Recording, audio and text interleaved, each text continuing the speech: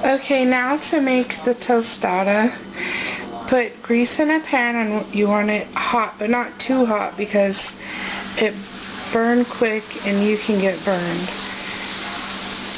And just kind of push it down a little bit, and when it starts to bubble over, see like the bubbles coming up, that's when you'll know it's time to flip it. When it all starts bubbling like that. Kind of just like when you make pancakes. And you'll hear the grease. You hear the sizzling. And then flip it over. And just kind of do the same thing. Push it down a little. You could see the middle needs to be done more because of the bubbles. So just flip.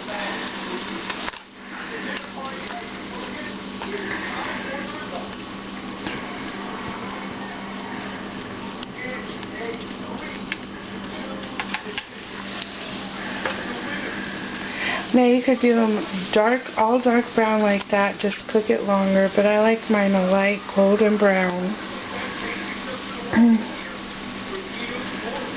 And then when it is as dark, as crispy as you like it, put it on a plate with 2 paper towels under, and I do 2 paper towels on top. A little trick I do is put a paper towel on the top and then put a plate over because they're hot to push down and try to squeeze out some of that grease.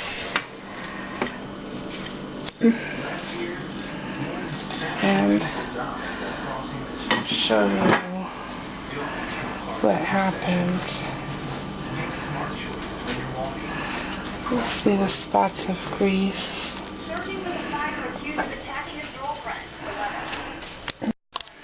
Okay, now to assemble your tuna tostadas. I know it sounds really gross, guys, but it's really good, and this was one of my grandma's favorites. So you get a spoon of your tuna and spread it on to your fried tostada,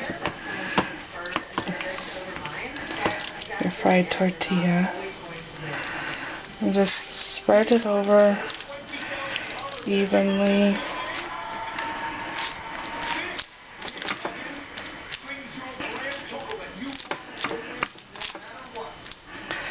And then put your fixings on. We're going to put some lettuce on top.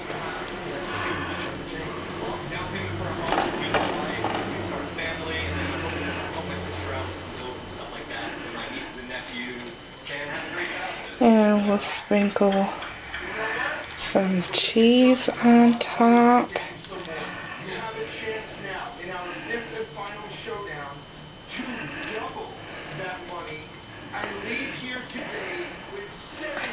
And then put a little sauce on, hot sauce. I prefer red sauce, but I'm out, so we're using green. And that is the spicy tuna tostada. Like I said, the tuna is also great as a dip with crackers or chips, or to be made into a tuna tostada, or even put it in a plain tortilla with a little bit of cheese and roll it up and fry it just like you did the shells, but keep it rolled up and make tuna roll tacos. So that's another recipe from Cooking with Kimmie.